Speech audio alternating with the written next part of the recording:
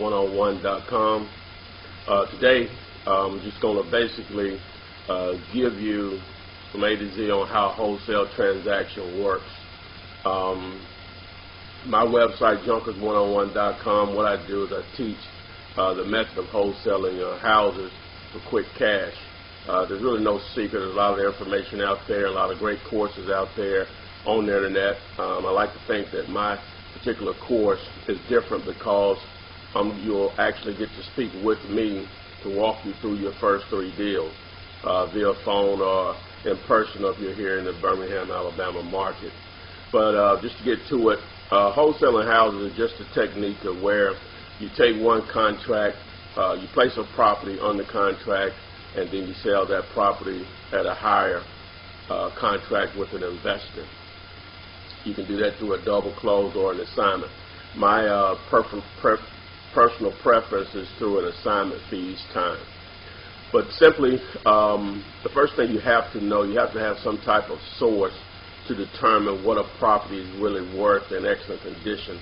It can be also called after repaired value, or ARV, or ARV, as you may have heard or seen online or through books or courses that you listen to. You have to know what the property is worth.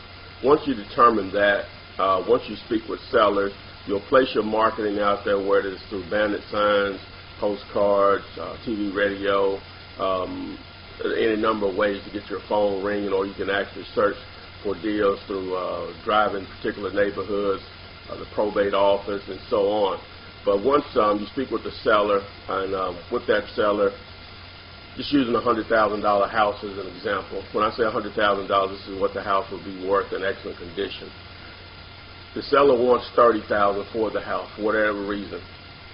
Once you determine, obviously, that that's a deal, that's 30 cents on the dollar on what it's worth. You also would have to know what the repairs are on the house, which I'll teach you that. That's a simple process. But normally you do repairs on just normal sized houses for your area, just in 4 increments: $5,000, $10,000, $15,000, or $20,000.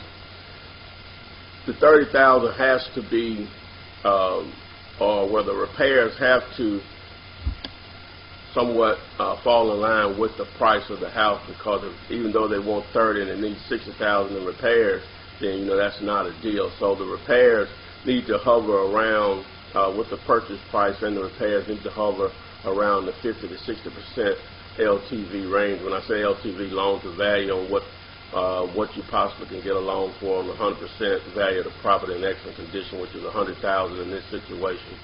All right, once the seller and you have agreed on the actual price, from that point will place it under contract. Normally I only give $10. You've probably seen this on the internet and that stuff, and it really does work. I have given more, but in most cases I only give $10. You'll just have to fill that out. And as I said, through my course, I'll teach you on what things to look for and how to avoid giving $500 or more, because it's not an actual law that you have to pay that much in earnest money. It's just more or less an industry standard with realtors. But if you're dealing with a for sale by owners, you have to always think that most people have only probably done 2 or 3 deals in their actual lifetime. So once you've secured the property under contract with that particular seller, then you want to market the property to your investors. Several ways to do that: newspaper, you can call other bandit signs of investors saying that we buy houses. You can actually do a postcard campaign to investors that have bought in that area within the last 3 to 6 months. Now, you have to have a source or a database to be able to provide that information, and one source that you can use is realquest.com. Okay, so we'll say that your phone starts to ring. You have the property under contract for $30,000, but you're marketing at $45,000. You have a goal that you want to make at least $5,000 off the house.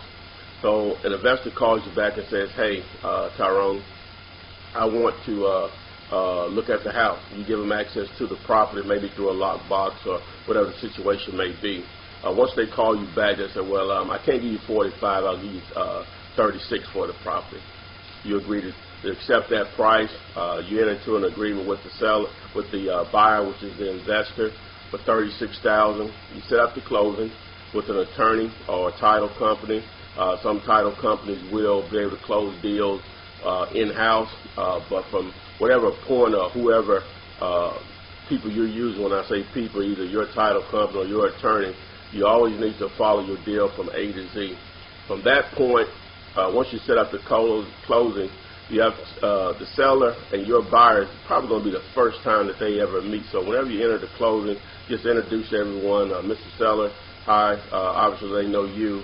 This is my partner on this deal, Mr. Buyer, and everyone sits down. The seller and the buyer do all the signing. Once they finish signing, the closing attorney will bring in a check for the seller for the $30,000, and you'll get the difference between the $36,000 and the $30,000, which will total $6,000. And obviously the buyer would get the house to rehab, to sell to another family, or as a rental. This is basically how a wholesale transaction works. There, a few more details, obviously, to get you going. But as I said, with my course, my name is Tyrone Taylor, Junkers101.com. Don't hesitate to call me at any time at 205-601-0973. I'll be happy to walk you through from A to Z the transaction that I just went through briefly. But also the real value of my course is that I'm going to also hold your hand through your first 3 deals. You can call me at any time. If you call me at any point, always leave a message, and I'll call you back shortly. Thank you.